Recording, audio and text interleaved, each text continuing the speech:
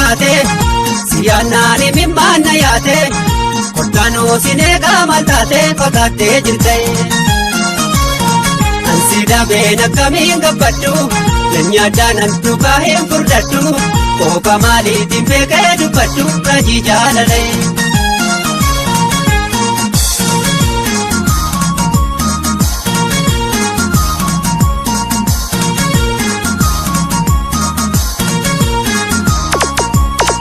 Ansi baree komaa biraan baru siin bilbilaa kaasinaan dubbadhu shakkii miti waa biraan seeyini waanan bukkee koosi daabeefani gargar baanee turrus yoo mobsine durwaan baay'ee wajjin dabarsine kottaa daraa walitti adeebinu ilma ilmoo keenya arginu.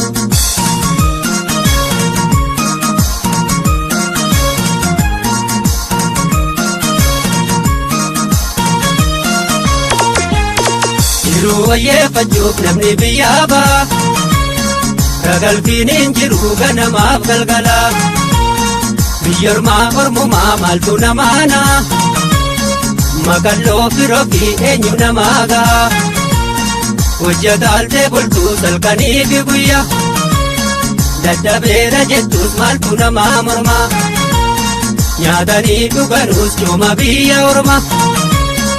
Akaayii mana fi nyaata namaa wayyee.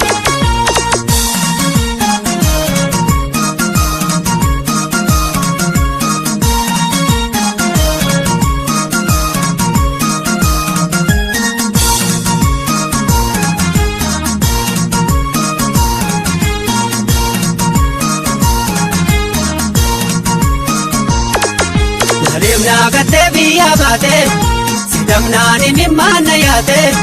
Kottanoo sineegaa maal taate fagaattee jirte ansi dhabeen akkamiin gabbadhu nyaadhaan an dhugaa hin furdadhu kooka maaliitiin beekee dubbadhu rajii jaalale.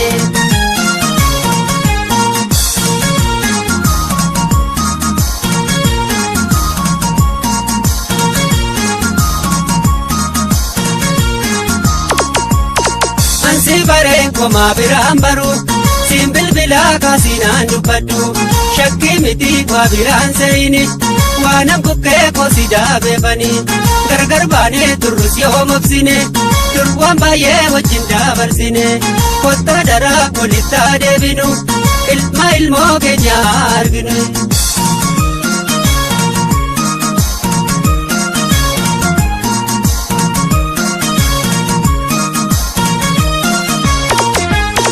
Jiruu wayyeeffachuuf namni biyyaa ba'a ragalfiin hin jiru ganamaaf galgala biyya ormaa ormumaa maaltu namaana makalloo firoo fi eenyu namaa ga'a hojjetaaltee bultuu salkanii fi guyyaa dadhabeera jettus maaltu namaa morma nyaatanii dhuganuus cooma biyya orma.